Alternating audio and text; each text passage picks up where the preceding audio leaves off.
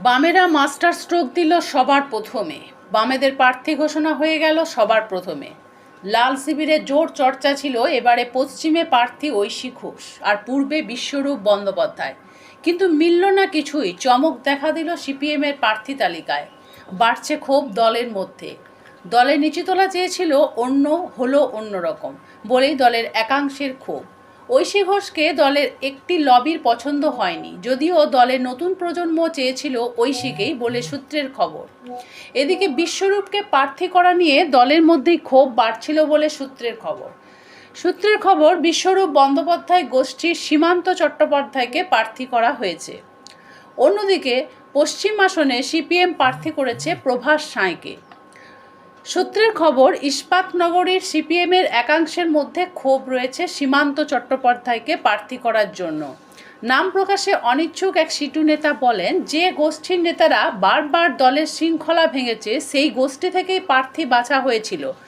সম্মেলনকে boycott করেছিল যারা, তপন সেনের কর্মসূচি বয়কট করেছিল এবং সেভাবে ইস্পাতের আবাসনের লাইসেন্স লিজের বিষয়ে যে সক্রিয় আন্দোলন হচ্ছিল তাতে এই গোষ্ঠীর সেভাবে সাড়া ছিল না। আর তাতেই ক্ষোভ রয়েছে ইস্পাতনগরীর সিটুর একাংশের মধ্যে। তবে সিপিএমের জেলা নেতৃত্বের মতে এসব মিথ্যা প্রচার। দলের উচ্চ নেতৃত্ব সঠিক প্রার্থী বেছে নিয়েছেন, দলের অন্দরে কোনো ক্ষোভ নেই। প্রভাস সাঁই পশ্চিম আসনে প্রার্থী হয়েছেন। কংগ্রেসের সাথে জোট না হওয়ায় এবারে সিপিএম এই আসনে প্রার্থী দিয়েছে। গলসি আসন ফরওয়ার্ড ব্লকের হাতেই ছিল, কিন্তু এবারে সেই আসনে সিপিএম প্রার্থী দিয়েছে। সিপিএম প্রার্থী করেছেন মহিলা প্রার্থী মণিমালা দাস। 2021 সালের ভোটে সিপিএম রক্তশূন্য হয়েছিল ভোটের পরিসংখ্যানে। নিজের নাক কেটে তৃণমূলে যাত্রাভঙ্গ করতে গিয়ে নিজেরাই ডুবেছিল চরমভাবে। ইদানিংও দেখা যাচ্ছে সিপিএম জোর সমালোচনা করে তৃণমূলের, আর বিজেপির বিরুদ্ধে মেউ মেউ করে।